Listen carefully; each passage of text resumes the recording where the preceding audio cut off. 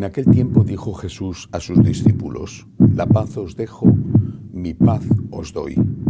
No os la doy yo como la da el mundo. Que no tiemble vuestro corazón ni sea cobarde. Me habéis oído decir: me voy y vuelvo a vuestro lado. Si me amarais, os alegraríais de que vaya al Padre, porque el Padre es más que yo. Os lo he dicho ahora antes de que suceda, para que cuando suceda sigáis creyendo. Ya no hablaré mucho con vosotros, pues se acerca el príncipe de este mundo. No es que él tenga poder sobre mí, pero es necesario que el mundo comprenda que yo amo al Padre y que lo que el Padre me manda, yo lo hago. Palabra del Señor. Cada línea, cada frase del Evangelio tiene tantas enseñanzas que deberíamos de dedicar la homilía solo a una frase. Es una lástima porque dejaríamos sin ver el resto. Empecemos por la primera del Evangelio de hoy. La paz os dejo, mi paz os doy, no os la doy yo como la da el mundo. ¿Cómo la da el mundo? Jesús vivía en una ciudad concreta, en un país concreto, y hablaba a unas personas, sus apóstoles, los cuales sabían de qué estaba hablando Jesús. Era la pax romana, la paz romana. Una paz impuesta por las legiones, por la violencia, por la conquista, que llevaba consigo, y sería injusto no reconocerlo, llevaba consigo también cosas positivas, la cultura romana, con todos sus aspectos, incluso económico. Pero al fin una paz impuesta por la violencia. Los que se resistían, pues eran crucificados, y no muchos años después estalló la gran revolución judía contra los romanos, que provocó más de 1 millón de muertos. La paz del mundo es la paz de la violencia, la paz del fuerte, o es la paz que se obtiene a base de concesiones, de tratados, de negociaciones. Tú cedes, yo cedo. Y dice Jesús que esa no es su paz. Su paz es, la que Él da, es la paz de la conciencia. La paz que se tiene dentro cuando la persona está haciendo aquello que sabe que debe de hacer. La paz de la conciencia, que para el creyente es la paz con Dios, porque tenemos la gran suerte de que nuestra conciencia es algo que viene dirigido, enseñado, corregido desde fuera. Nuestra conciencia no es una autoconciencia que nos dice por nosotros mismos lo que debemos hacer o lo que no debemos hacer. La autoconciencia termina por degenerar inevitablemente en ser una sierva dócil, una esclava sumisa de lo que dicen desde fuera los que mandan. La autoconciencia es manipulable y manipulada, o incluso directamente se rinde a las enseñanzas de fuera, a las enseñanzas del mundo. El que dice que no tiene influencias externas en su conciencia es el que las tiene más.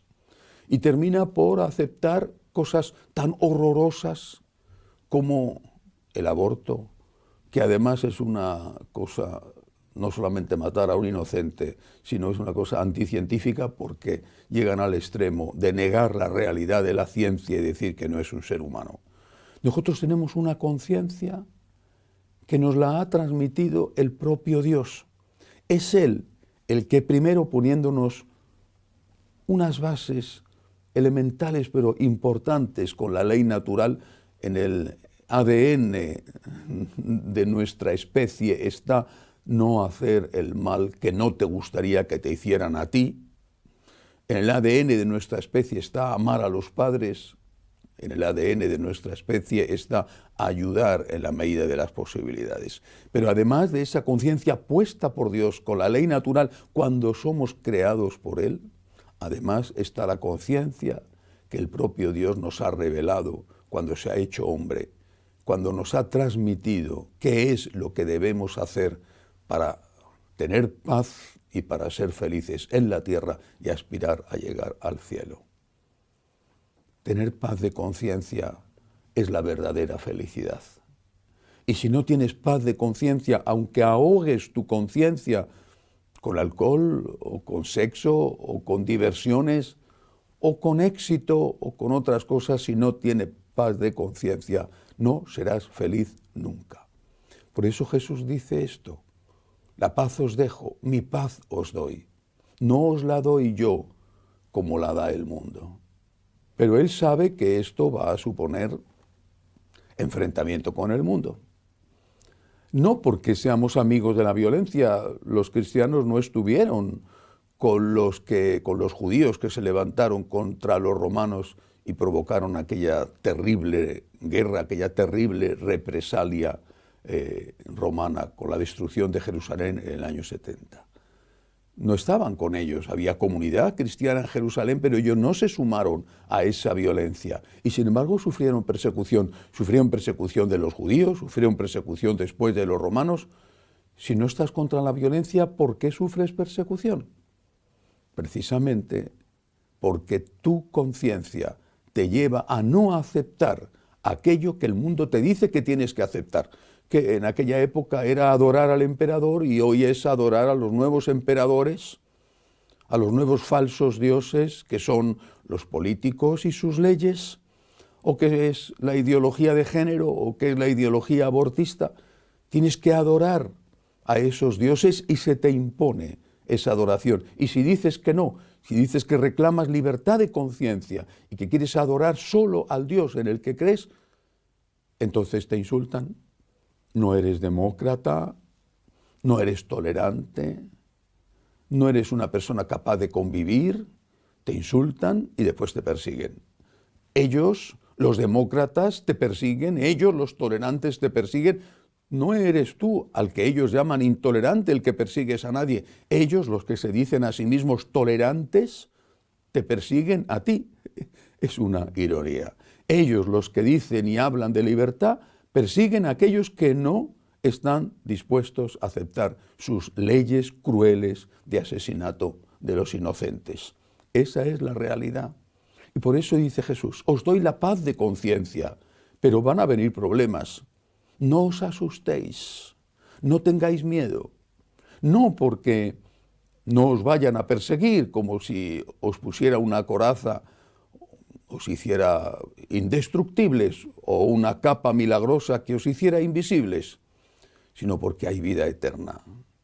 Y Él, el Cristo que muere y el Cristo que resucita, es el que nos confirma la existencia de esa vida eterna.